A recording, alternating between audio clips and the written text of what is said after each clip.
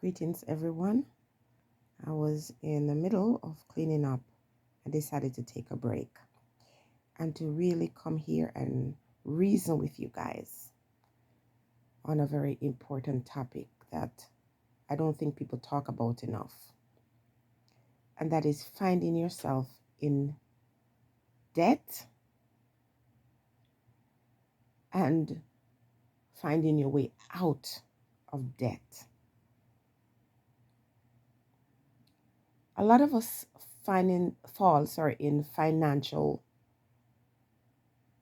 we find ourselves in financial difficulty.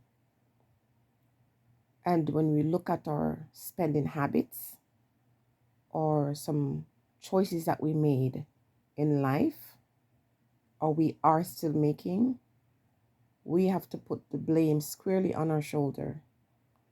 Now, things happen. You lose jobs, you get sick. These are all precipitating factors.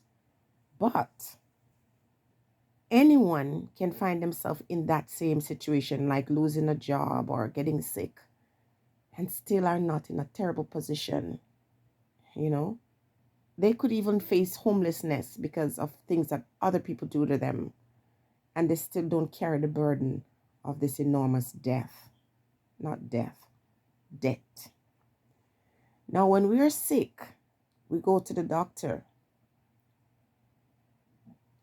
to bring our body back in harmony and to get well.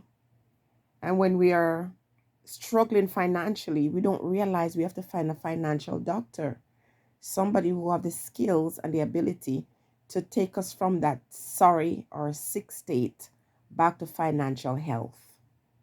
We think about the physical health alone and not the emotional or the financial health. And don't even mention the spiritual health.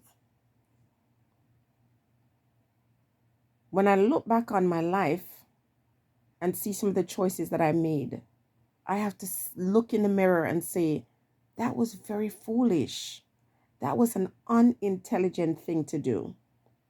For example, helping someone else in a time when I wasn't doing very well for myself.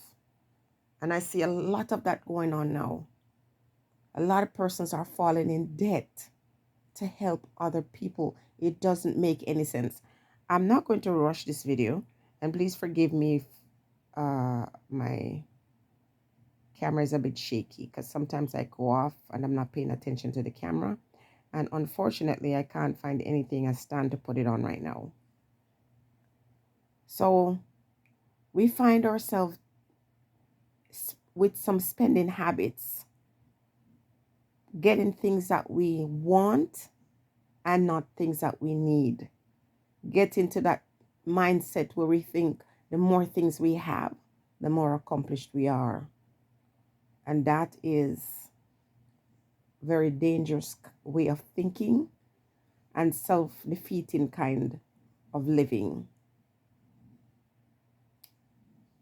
I got to the point where those phone calls, those pesky phone calls from collectors started coming. And I remember I was in a situation where I was ill, and it's not like I wanted to hide from those phone calls. But when I answered the phone calls, I would get very depressed afterwards, very depressed. And I wasn't in a position where I could do anything about it at the time. I had student loans. I had a loan that I took out to help to build my place back home. People don't think about these things, They don't think that when they're robbing you up, and when you're a single person, raising children, and you make those sacrifices because you have ambition, they think you have money. It has nothing to do with me having money. It's just like, because I live in a country that gives you opportunities that would otherwise be denied to you in your own place of birth. In the country that I live, someone would extend me credit based on my past spending habits and so on. And so I was relying on credit, and I might say too heavily. Because I remember there was a time when I would use my overdraft just to compensate for the time when I'm waiting to get paid. And in this dependency, I was taking money from overdraft to help people. Sometimes when I speak, if someone doesn't know me, they would say bad things about me. Like I've seen before, one woman come on my platform and say, oh, she's saying things about her mother. And these people don't know me, so I just ignore them. Or sometimes I might say something smart to them. To toot your own horn is just not so cute. So I'm not going to do that. But I've always been a compassionate person. And there's a certain line when somebody uses that on me. Oh, it's kryptonite. And so I'd go into overdraft and I would answer the plea of other persons. But I was putting myself in debt in the process, paying and repaying loans that sometimes we take. You borrow $1,000, and when you're done paying it back, you owe $10,000 by the time you're done paying it. And so I didn't have the financial intelligence. I wasn't financially healthy. And these guys were calling, well, you're late or you're behind. And some of the banks would be very compassionate because they would say, okay, I will give you a rate that is lower so it makes it easier for you to pay it off. It got so overwhelming. It was so depressing. And one day I decided to do the right thing and to go seek financial counseling, to sit with someone who know how to get out of that kind of debt and to just really face it head on. And I remember sitting down with this woman, a beautiful woman, and when I show her what I had to deal with, I just broke down and just started crying because I'm like, I don't know how to get out of this situation. And the person, the company that I was, working with at the time, referred me to these people. And he was a multi-million-dollar empire owner, if I could put it that way. And he said to me, where you're at, I was there once, and this is mine. He doesn't just own buildings. The building that where he was operating from was his own. And when I explained what happened about my health situation, about the debts I was facing, and didn't know what to do, I was taken from Peter to pay Paul. He says, okay, well, if you are prepared to do the work, I will help you get out of this. So I wouldn't buy something on sale because it's on sale. We do that a lot. We pick up something and it goes in your closet. It has the tags on it and it stays there for the entire year. You never wear it. I only purchased what I needed. Getting my nails done is one of my favorite pastime. One of the things that I like, taking care of my feet. I'm not really a fingernail kind of person, but I get them done once in a while, my birthday and special events now. Not regularly. Because that thing is very expensive. And not only is it expensive, the last time I had my toenails done, I picked up a terrible, anyway, that's for another day, on my toes. And so I know wasting my money and subjecting myself to all kinds of terrible things out there. I had to look in the mirror and face the fact that I was in debt. And whatever embarrassment or shame one feels when they find themselves in this situation, there's no point in sitting there and feeling embarrassed and feeling ashamed. Do something about it. But there's no point. A lot of times, people feel ashamed and say they're going to do something about it. And they stick to it. And when it's over and they're back on their feet, they go and do the same thing again. I vowed there and then that I never wanted another credit card. Ever. If I don't have the cash to pay, I won't deal with that situation. That means when the only card I would have is a prepaid card.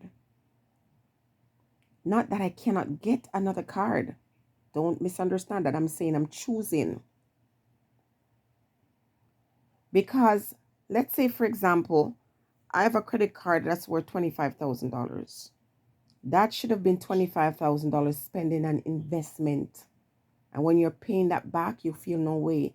$25,000, paying bills, your phone bill, because we tend to use our credit card to pay the phone bill or light bill or, whatever bills you have. Phone, where you're just talking, you pay for that, and that money's gone down the drain. Getting your nails done, and if you're not a person who is into all that nonsense, after 2 days, your fillings are coming out and you have to go refill. That's living a life where you're flushing money down the drain. These are the kind of conversations I had to have with myself. And to realize that a lot of times we put our basket where we cannot reach it. We're trying to impress people who we don't know and wouldn't even like. Are we trying to be there for people who, if you slipped and could not go to work for a month and your life turned upside down, you would not see them again. They wouldn't call you. They don't want to know you. It happened to me. It happened to me with people that I thought, oh my goodness, I cannot say no. They can't live without me. And I saw them live for years without me. That was so heartbreaking. I have a brother where I share the same mother and the same father. And I went to Jamaica. And that brother who I was so close to thought I was staying in Jamaica, that I was going to be living there. And he never came to visit me. That broke my heart. These are individuals, if they called me and said, can I have $1? And even if I said no, I was going to have to find it somewhere. It was so heartbreaking because I loved these people. But guess what? I didn't love myself. And I used money not like the tool it should have been used for, but like a crutch to gain love from people. I was just looking everywhere to find love, and I did not love myself. I got to the point where I started looking at how money can be a blessing and how it can be a curse. It's a curse when you don't use it to make your life better, to make yourself better. If you're going to spend it, make sure you're investing in yourself. There will always be opportunities for you to assist other persons. Now, when I'm giving my money to anybody, it's to someone, not because they don't have $1, but because they have $1 and it doesn't go very far. There's a big difference. People are on the internet and they now know that they can stay in a little space and they can move out into a mansion and never lift a straw, never do one thing to help themselves. All they got to do The women, for example, the girls lay down on their back and have all these children they cannot afford and just depend on someone else who is over in the foreign land, pushing themselves in debt to free these ones. Young, strong men and women, all as soon as they find themselves exposed to the world, before you know it, they're telling you, I want this and I want that. I'm coming back to my story, and this one is going to be longer than usual. I was watching a channel recently, and the young lady, has a baby. So happy for her. And she's showing her little farm with her pigs and her chickens. And if I'm not lying, I can't remember, but she was telling you how many chickens she had in her little setup, and all the pigs. And she tells you when one pig has a baby, what can have 9 or 8 babies. She says, if you want to help me. And I'm thinking, this girl dropped and hit her head somewhere, but the one who would take their money to send to her, somebody who has over 30 pigs and how many dozen chicken, somebody as stupid as how I used to be would actually be so inspired. They're thinking they're investing in their own future, not realizing, no, you're not. You're giving away your own future. The young lady should ask because she wants to make her life better. She's ambitious. And she realized that money dashing away everywhere, especially over in the foreign land, the cold place where you can't stand outside for more than 15 seconds without feeling like your ear and your nose is going to drop off. It's not her business to know this. It's yours. When you stand in at the bus stop waiting for a bus to come 30 minutes later and you develop arthritis and all that, or when you're on the road and have to deal with people who are going through road rage and have to go to a work where people find every necessary way to make you feel miserable, and you don't value your money, you're busy taking care of other people. Again, we are here to help people who are helping themselves. And these ones will never ask you for help. You would have to see that. The ones who know how to set up platforms just to ask for help, not ask for help, to rob you of your blessing. It's not their problem, it's yours. And I was doing that for years. I'm still into giving, but giving responsibly. I sat before the lady and she said, it's not the end of the world. Many people have gone through this. But guess what? The difference between you and some people is that you realize that you have a problem and you wanted to find a way how to resolve that and to learn from it. This is December.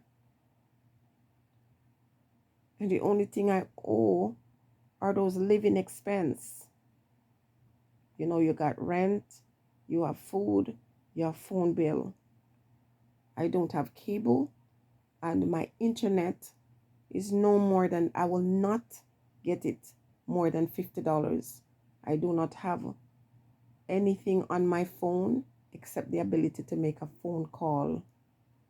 If I'm not close to Wi-Fi, that means that if I'm on the road, I can't answer your text. I can't read your emails because I don't have data on my phone. I don't want it.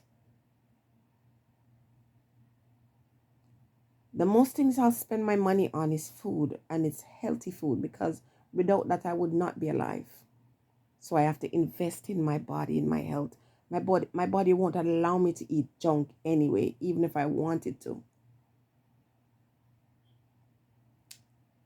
In terms of clothing, I like clothes, but I don't like it the way I used to, because I realize that what I'm wearing doesn't define who I am.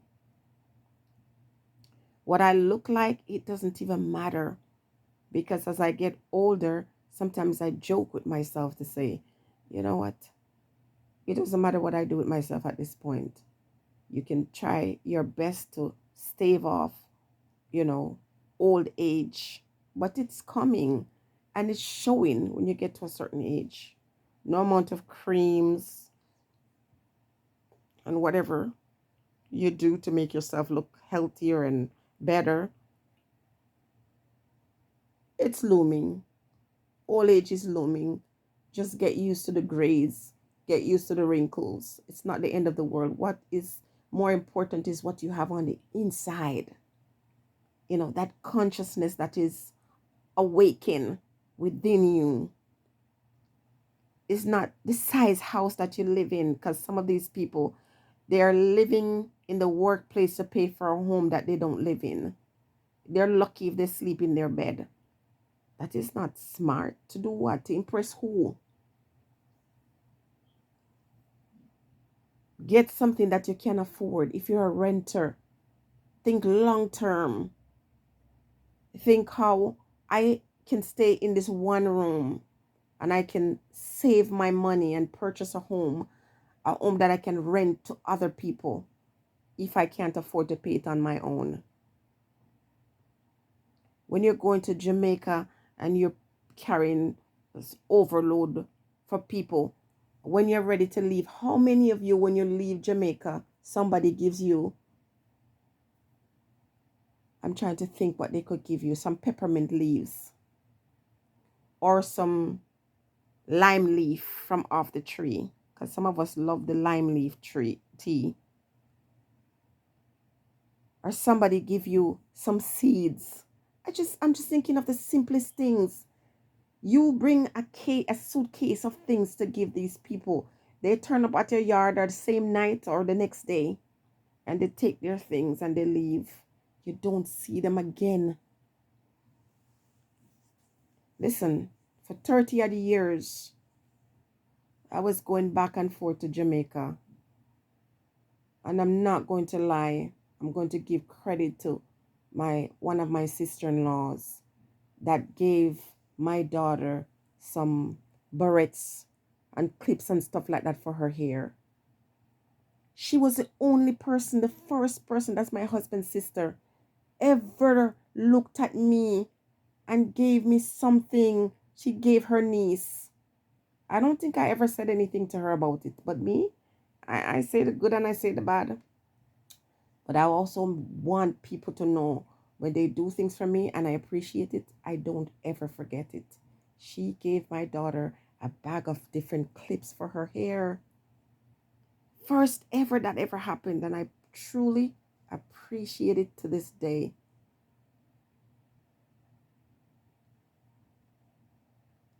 We were working and we could barely make ends meet. Rent and all these bills, and sometimes life throw you a curveball and things come at you unexpectedly and it requires us to pay money. For example, when we were struggling financially trying to figure out things, we had cable and our daughter at the time, maybe 5, girl is so brilliant, we put a password on our cable and the little girl figured the password out and ordered movies. I literally had tears drop from my eyes when I saw the bill.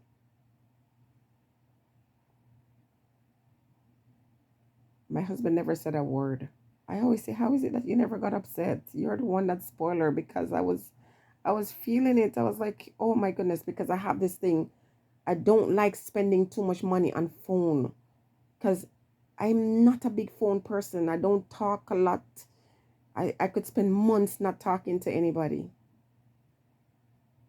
I don't believe in throwing money on phone and internet and all these kinds of things. You'd never catch me go out there and buy a expensive phone ever.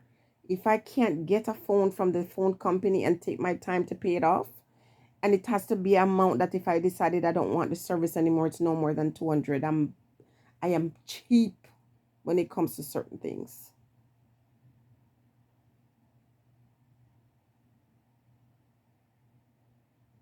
And my partner is the same. Like he's not interested in having no high-tech phone for no ridiculous amount of money because somebody tell you that it's called this and it has this marker on it and whatever. That's not me.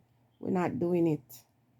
So I did have some principles that, was keeping me afloat, but not all the, the education that I needed to make responsible choice when it comes to finances. People assume that when you're living foreign, that you have, you know, all this disposable income, but it's not their fault, it's our fault because we don't educate them. Some of them don't want to hear. When you start telling them that things are hard, they don't really want to hear. But so if they don't want to hear, you don't have to really tell them anything. I look at my children and I'm thinking to myself, I should have been able to help them purchase a home because I made the money. I never really made a lot of money at one time, but if I was sensible with the way I spent my money, I wouldn't have found myself in these debts or these difficulty. I don't want to bore you, so I don't want to go too long with this video. If you want a part 2, I can do it. But the long and short of it is that I faced the music and I realized that I was irresponsible in the way I handled money. I was emotionally and financially unintelligent. And I found myself in trouble. I didn't know how to get out of that trouble. But once I did, I decided to myself I would never find myself in that problem again. Sometimes these holiday seasons cause us to go insane with our spending. So I let go some of the traditions that didn't even make any sense to begin with. And so time like this, during the holiday season, my grocery list is no different from any other time. I don't purchase anything at all, to do anything different in my household. We're not exchanging gifts. We're not having no big dinner. Whatever we eat last week is what we're going to be eating on the day referred to as Christmas Day. I don't put my basket where I cannot reach it. I'm not interested to try to impress anybody. And whatever assets I will have now or into the future is something from my own reminder to say, you know what? You can get out of any situation if you make the right moves, make the right decisions, and you learn from them. Don't beat yourself up on the head for what you did in the past, because that's not what I'm doing here. I have learned from them. And now I'm determined to do better. It's not a nice feeling to be in debt. It's not a nice feeling for someone to call and remind you that you have this debt. It was one of the worst things, very difficult thing for me. I do things different now. I'm not interested to show off on nobody or to watch what anybody have. I'm not interested to impress anybody with anything. I'm not trying to hold on to stuff that doesn't belong to me. I'm not trying to go live in anybody's apartment, 5-star apartment with whatever. It's not mine. And anybody can give me a notice to say, get out. We want you out for whatever reason. And no matter how comfortable I am now, I got no problems coming out of here and getting a 2-bedroom, only because my middle daughter still lives at home and she needs her privacy. But I have no problem separating one room with the curtains like the old folks did back in the day. I have no problem.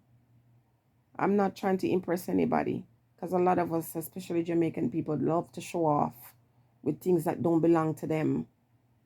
Love to show their high-end purchase and all that nonsense. When if you spend $10,000 buying a purse, You could have taken that money in the bank. You could put that money in the bank and lock it away for 4 years and see what you grow on that. When you take the money off the credit card to pay phone bill, imagine taking that off and putting it in a lockaway saving and growing interest on that and investing it in something. We are one of the most unintelligent people when it comes to money. Black people are not poor. Even though you see the message out there, poor. Check out these sales and look, our dollars are strong, but we don't know how to hold on to it. See, now when people are trying to get money from me, I say to myself, you're trying to get money, which is not a bad thing for you. It's my business to try to hold on to mine. So my spending habits have changed. And the only time I spend money and I have no regret is when I buy food, healthy food. Because I've seen how many times myself, being ill. And if I wasn't eating well, things could have gone really bad with my health. Financial independence and health is critical as your physical health. For one, when you're financially healthy, when you're physically unwell, it takes off an extra burden off you, because stress doesn't help anybody's sickness in their body. It makes it worse. That's why it's called dis-ease. Stop living your life for other people. Stop trying to impress other people. Stop thinking you have to say yes when you're supposed to say no. And be more responsible with your spending. Don't pay no mind with to show off extra people who out here just showing off and flaunting designer things. Some of them can't even pronounce the name of the items that they're showing off on. Do I like nice things? Of course I do. But now when I'm buying clothes, for example, I'm looking for something that can last me for a long time. And if I come on the mirror and I want to wear it 100 times, it's mine. Okay? And when I'm preparing my meals, most of the time, and I'm staying healthy, I don't want to see you and your what you consider to be fancy living, sometimes eating food that's not unclean. That's not clean. Doesn't mean that we don't eat out, but there's 4 of us and we take turns. Today is your turn to sponsor, one of those days when we don't feel like cooking.